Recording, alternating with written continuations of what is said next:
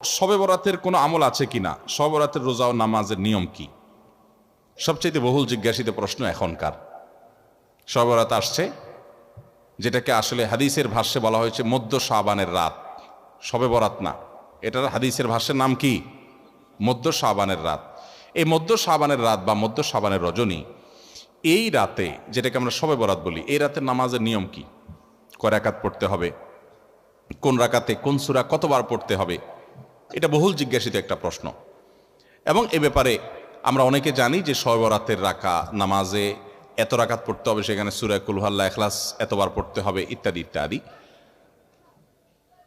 লাইলাতুল কদর ছাড়া অন্য যে সমস্ত রাতের ফজিলত আছে, এর মধ্যে 10টা রাতের কথা আল্লাহ তাআলা শপথ করেছেন, ওয়াল ফাজরি ওয়া লায়ালিন আশর। সে 10টা রাত হলো জিলহজের প্রথম দশক।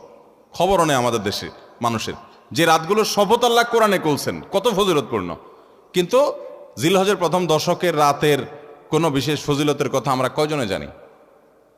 যাই হোক, মধ্য শাবান রজনীর কথা আমরা বেশি জানি শুধু না, সবচেয়ে বেশি আমরা এ রাতে ইবাদত বন্দেগীর চেষ্টা করি।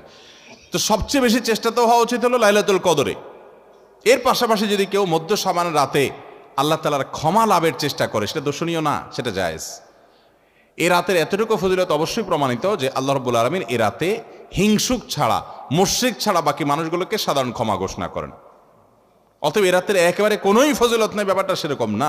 বিভিন্ন হাদিসের আলোকে এটুকু অন্তত সাব্যস্ত হয় যে আল্লাহ তাআলা হিংসুক এবং আপনার মুশরিক ছাড়া, মানুষের পিছিয়ে লাগে শত্রুতা, এই মানুষ ছাড়া বাকি মানুষকে মাফ করে। তাহলে মধ্য শাবানের রাত বা যেটাকে শবে বরাত বলছি আমরা, এই রাতের মূল আমলই হলো, এটাকে কেন্দ্র করে মূল আমলই হলো নিজেকে শিরক এবং হিংসা থেকে পরিচ্ছন্ন করা, সাধারণ ক্ষমার উপযুক্ত করা। এটা হলো মূল আমল, বাস।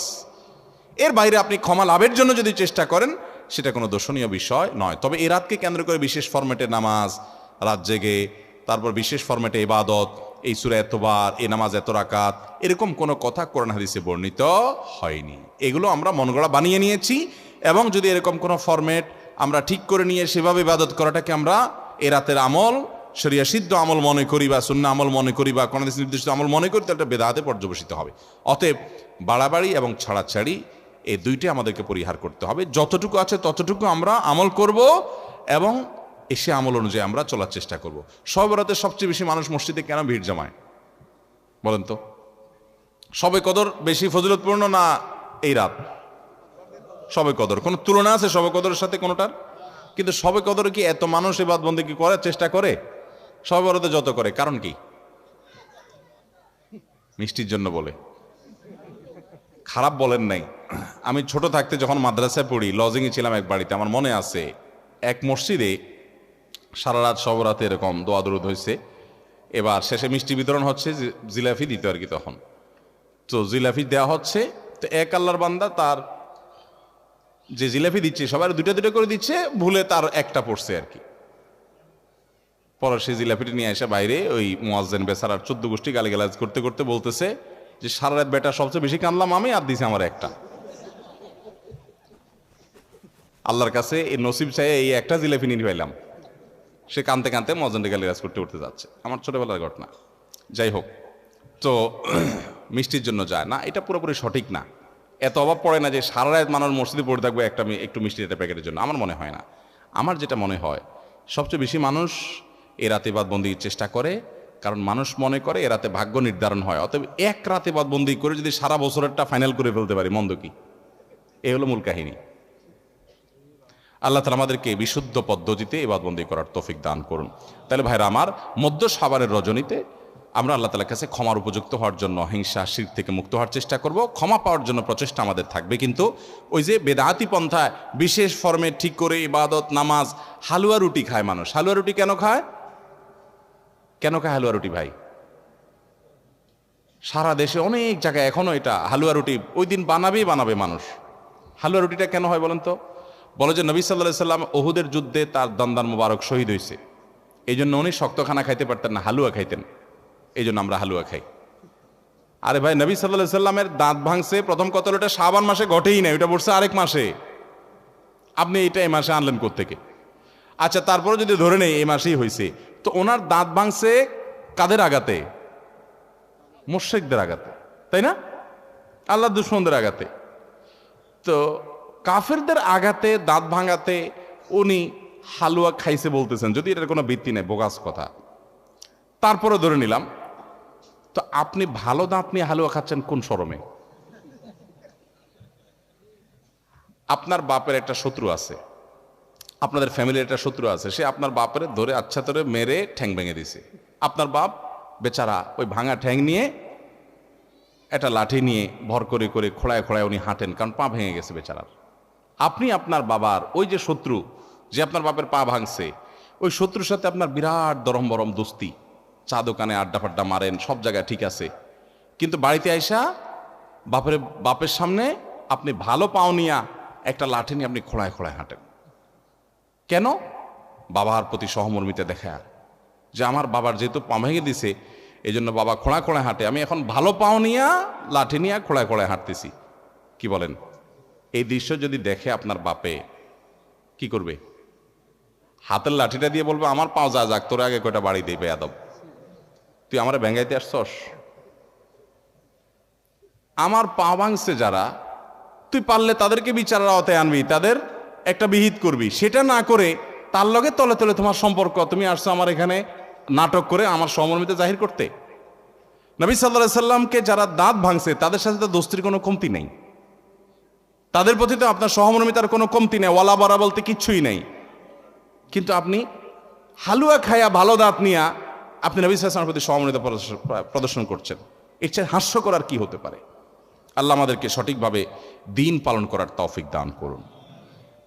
শহরাতে আসলে ওই যে আগে একসময় আমরা দেখতাম পটকা ফুটতো, বাজি ফুটাইতো, যাক আলহামদুলিল্লাহ এগুলো পুলিশ প্রশাসনের নির্দেশনার কারণে থামছে।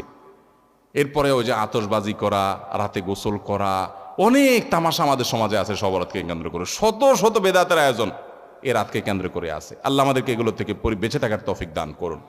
আমরা আল্লাহর কাছে ক্ষমা লাভের চেষ্টা করবো, আল্লাহ আমাদেরকে ক্ষমা লাভ করার, ক্ষমা পাওয়ার তৌফিক দান করুন।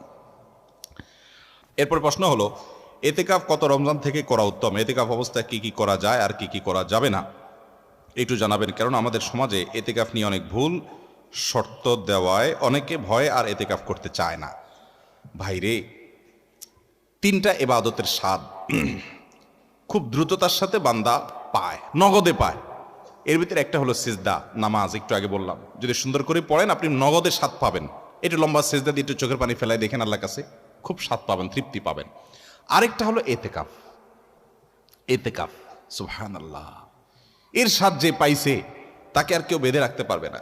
আমার বুঝজ্ঞান হয়েছে থেকে আমার আব্বা জান রহমতুল্লাহ আলাইকে আমি দেখেছি, আব্বা রমজানে সবসময় এতেকাফ করতেন।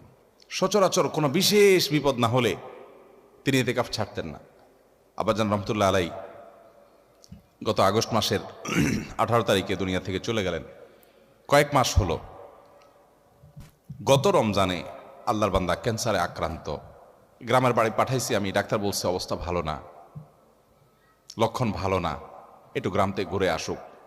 আমি গ্রামে পাঠাইছি, উনি গিয়ে মসজিদে এতেকাফ বসে গেছে এবং শেষ দশক পুরাটা মসজিদে এতেকাফ করলেন। মারাত্মক ব্যথা, ক্যান্সারের পেইন। আমি বলছি কিভাবে এতেকাফ বসছে উনি? আমা বলে যে উনি এতেকাফ বসছে, উনি বলে যে আমি ভালো আছি, তোমাদের টেনশন করা লাগবে না, এতেকাফ ছাড়া আমি থাকতে পারবো না। শেষ দশক পুরোটা এতেকাফ করলেন। আজকের এই রমজানে আল্লাহর বান্দা কবরের বাসিন্দা।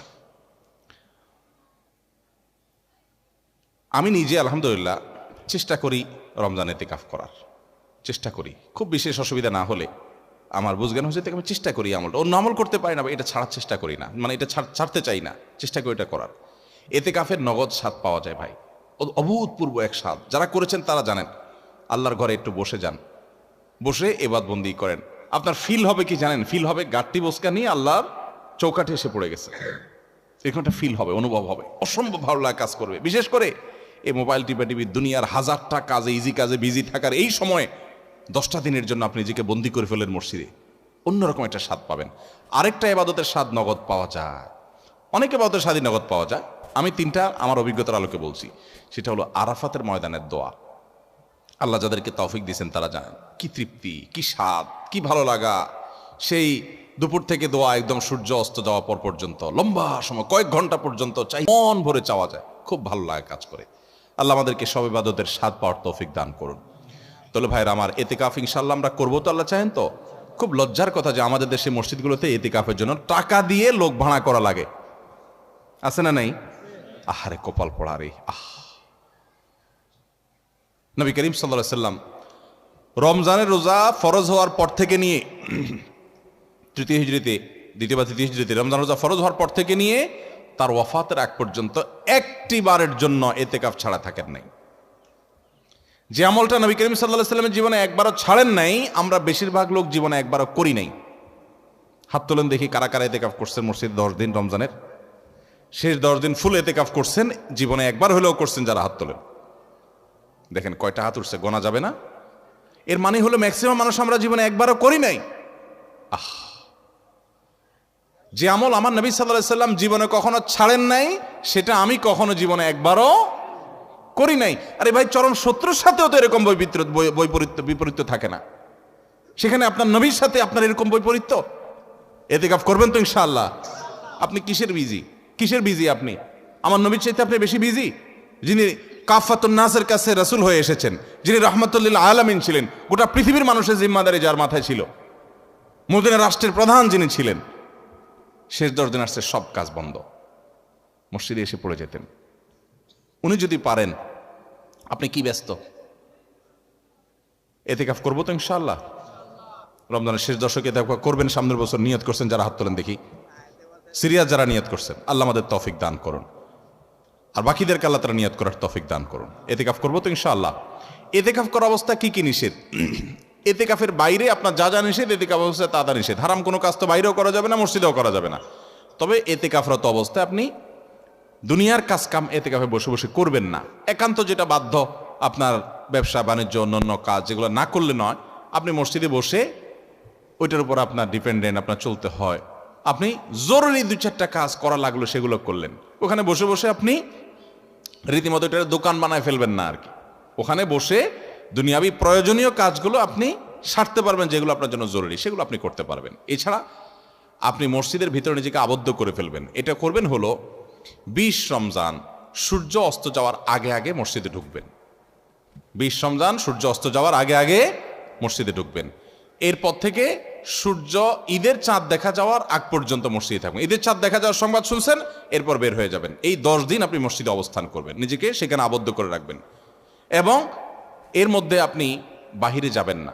বাহিরে যাবেন টয়লেটের জন্য, পেশাব পায়খানা করার জন্য, একান্ত জানা হল না সেই জন্য যাবেন। এমনকি খাবারটা এনে দেওয়ার লোক থাকলে আপনি বাসায়ও যাবেন না। খাবার এনে দেওয়ার কোনো লোক নাই, কোনো ব্যবস্থা নাই, এরকম কোনো জায়গায় যদি ইতিকাফ করেন, তাহলে শুধু খেতে চেয়ে কারোর সাথে কথাবার্তা না বলে সোজা আবার চলে আসবেন, ব্যাস। অর্থাৎ 10 দিন আপনি মসজিদে বন্দি রাখলেন নিজেকে, শুধু ইবাদতবন্দির জন্য, ব্যাস। এই হলো ইতিকাফ। সেখানে আপনি তেলাওয়াত, তাসবিহ, ঘুম, অন্য সাধারণ কাজকাম সবই করতে পারবেন। এমনকি যে বললাম, দুনিয়ার যে কাজ না করলে না, সেটাও আপনি জরুরি কাজ মসজিদে বসে করতে পারবেন। বাইরে যে দোকানদারি করতে পারবেন না 10 দিনের জন্য। করবো তো ইনশাআল্লাহ। ইতিকাফের ফজিলত হলো নবী করিম সাল্লাল্লাহু আলাইহি ওয়াসাল্লাম জীবনে কখনো ছাড়েন না। আল্লাহ আমাদেরকে আমলটা করার তৌফিক দান করুন। এরপর প্রশ্ন হলো, সুইয়ের আগার সমপরিমাণ পেশাবের ছিটা লাগলে কি কাপড় এবং শরীর নাপাক হবে? সুইয়ের মাথায় যে পরিমাণ পেশাবের ফোঁটা থাকে, ছিটা থাকে, এই পরিমাণ পেশাব যদি লেগে যায় কাপড়ে, 2-4টা 5টা 10টা এরকম কিছু ছিটা লেগে যায়, তার কারণে কাপড় বা শরীর নাপাক হবে না। কারণ এটা থেকে মানুষ চাইলেও বাঁচতে পারে না, এটা খুব সূক্ষ্মভাবে লেগে যায়, এতটা সতর্ক থাকা সম্ভব নয়। সেজন্য এটা মাফ। যে সুইয়ের আগায় যে পরিমাণ পানি থাকে, ওই রকম ছোট ছোট ছিটা যদি পড়ে যায় সেটা মাফ। কিন্তু ইচ্ছাকৃতভাবে এরকম ছিটা ফেলানো, ইচ্ছাকৃতভাবে মানে কি, আপনি দাঁড়ায় সরসরা করে পেশাব করা শুরু করছেন শক্ত একটা জায়গায়, তাহলে অটোমেটিকলি আপনার গায়ে ছিটা আসবে। অতএব আপনি এমনভাবে পেশাব করবেন যাতে ছিটা না আসে। তারপরেও যদি চলে আসে, ইনশাআল্লাহ এর কারণে কি হবে না, আপনার গুনাহ হবে না, এবং আপনার পোশাক বা শরীরও অপবিত্র হবে না। ওই পোশাকে আপনি নামাজ পড়তে পারবেন।